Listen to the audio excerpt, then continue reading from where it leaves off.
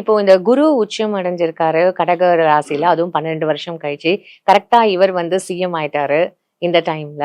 So இதுக்கப்புறம் இந்த பதவி காலம் எத்தன வருஷம் இருக்கும்? பாதி பேர் வந்து இல்ல 6 மாசம் தான் இருக்கும், இல்ல 3 மாசம் தான் இருக்கும் அப்படின்ற மாரியான நெறைய விஷயங்கள் சொல்லப்படுது. இது நீங்க எப்படியாவது கணிச்சிருக்கீங்களா? எனக்கு வந்து சோதிடம் தெரியும். ஆனா நான் வந்து அவருடைய சாதகம் என் கைக்கெல்லாம் வரல. சரிங்களா? இந்த மாரி காணொளியில நம்ம பார்த்து தான் அவரு கடக ராசி, கடக லக்கணம்னு சொல்லப்படுது. அத வந்து நம்ம ஆய்வு பண்ணி பார்க்கும் பொழுது, இப்ப 12 வருஷங்களுக்கு ஒரு தடவ தான் அந்த குரு பெயர்ச்சி வந்து கடகராசியில உச்சம் பெறுவாரு. அப்ப கடகராசியில உச்சம் பெறும்பொழுது ஒரு 3 ராசியை பிரத்யேகமா பார்ப்பாரு. மகரம், மீனம், விருச்சகம். இத 3யும் பார்ப்பாரு. மீதி இருக்கிற ராசிகளுக்கு அவங்களுடைய கர்மா அடிப்படையில கூடவோ குறைச்சோ பலன் கிடைக்கும். சரிங்களா? இவரு கடகராசி, கடக லக்கணம்னு சொல்றாங்க. நான் பார்த்தது இல்லையா? சொல் கேள்வி தானே இது நம்ம.